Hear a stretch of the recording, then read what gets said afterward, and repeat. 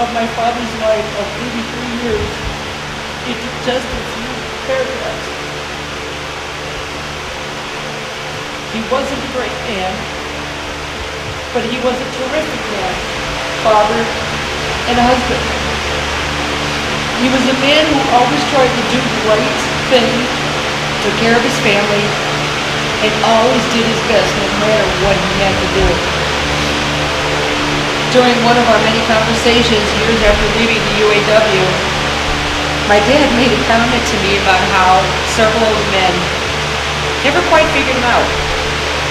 Because my dad didn't end up going to the bar almost every other night. He wasn't out playing golf on the weekends every single weekend. And he told me because when he met my mother, he made the conscious decision to marry the woman that he loved. The two of them made the decision to have children, and he wanted to spend his time at home, doing what he thought was a man's job: the lawn, gardening, repairing whatever needed to be done, and sometimes helping with the dinner, helping the kids with our homework. And not just because it was what a man should do, but it was because it was what he wanted to do. He, and except for traveling, Dad was always there. One of the things that Dad taught us, my two brothers and I, is that it didn't matter what people thought of you. People have their opinions. You can change them, you can't change them. Most of the time, you can't. What was important to my father was truth, principle, compassion, and always to do the right thing, whether it was marching on the picket lines for decent wages, health benefits, and safe working conditions, or marching for civil rights. By the time Robert and I, who's 3 years older than me, by the time we were both 5 years old, we were on picket lines. Whether it was for the union, whether it was for marching with the civil rights and what was going on at that time, even though we didn't understand what it was about, but once we were old enough to understand how important these issues were, this is what we continue to try to do in other ways today.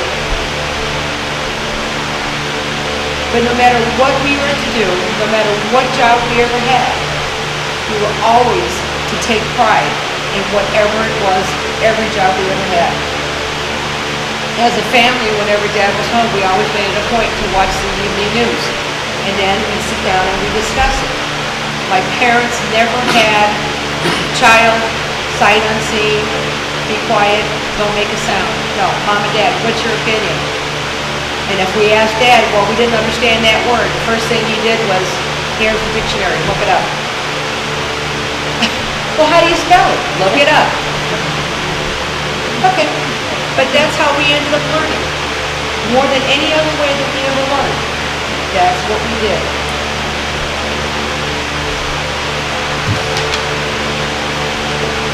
Dad had a way of understanding words, how to put them together, how to write sentences.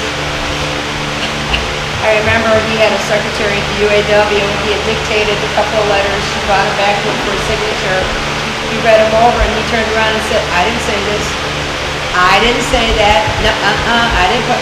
And she tried to explain, and he goes, no, you do not change what I wrote.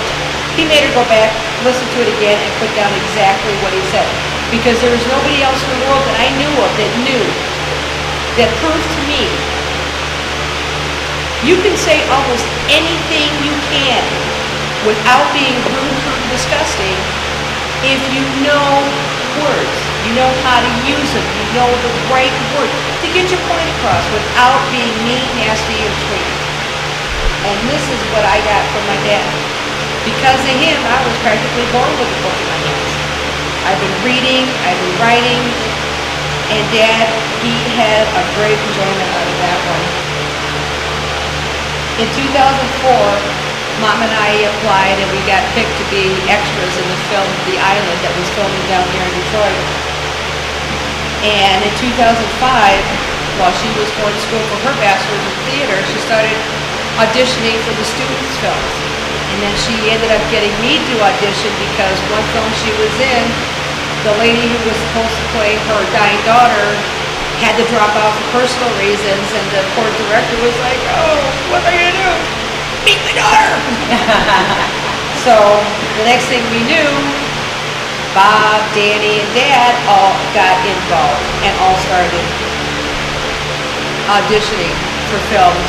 And every of the students that ever met my dad, they absolutely loved him. They wanted him and Mom to be a part of the film because there was nobody like him. And the students all learned from him because they were all willing to go up to this old man and were happy to talk to him, ask him questions, ask his opinion, which he was always happy to do. They got to do a lot of traveling.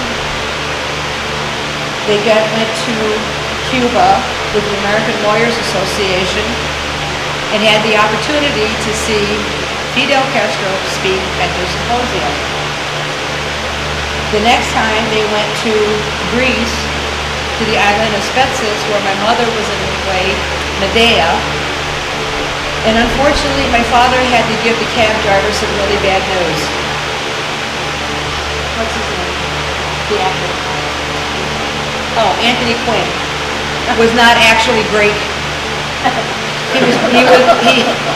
He was an Irish Mexican, born in Chihuahua, Mexico, and the cab driver kept insisting, "No, he's one of mine." Oh, I'm sorry. Oh, the cab driver was very upset. My dad was not a demonstrative man, but we knew he loved us because no matter what we needed, he was always there. We knew we didn't have to be afraid to go up and ask him questions, tell him our problems, even though we knew we were stupid and did something wrong, we were going to get hell for it. But no matter what, Dad was always there, always happy to listen to what we had to say. And I knew I could always call my dad up and say, "Oh man, I just heard this on the news, can you believe it?" And we'd have a long conversation. I still cannot imagine that I will never be able to call him again, to hear his voice or his laugh. But he touched the lives of so many people, and they are the better for having met him. And we three are the better for having Harold Dunn as our father. We have had the best parents in the family. Harold Dunn was more than the sum of his accomplishments. He was a man, Dorothy's husband, our father. He was very special.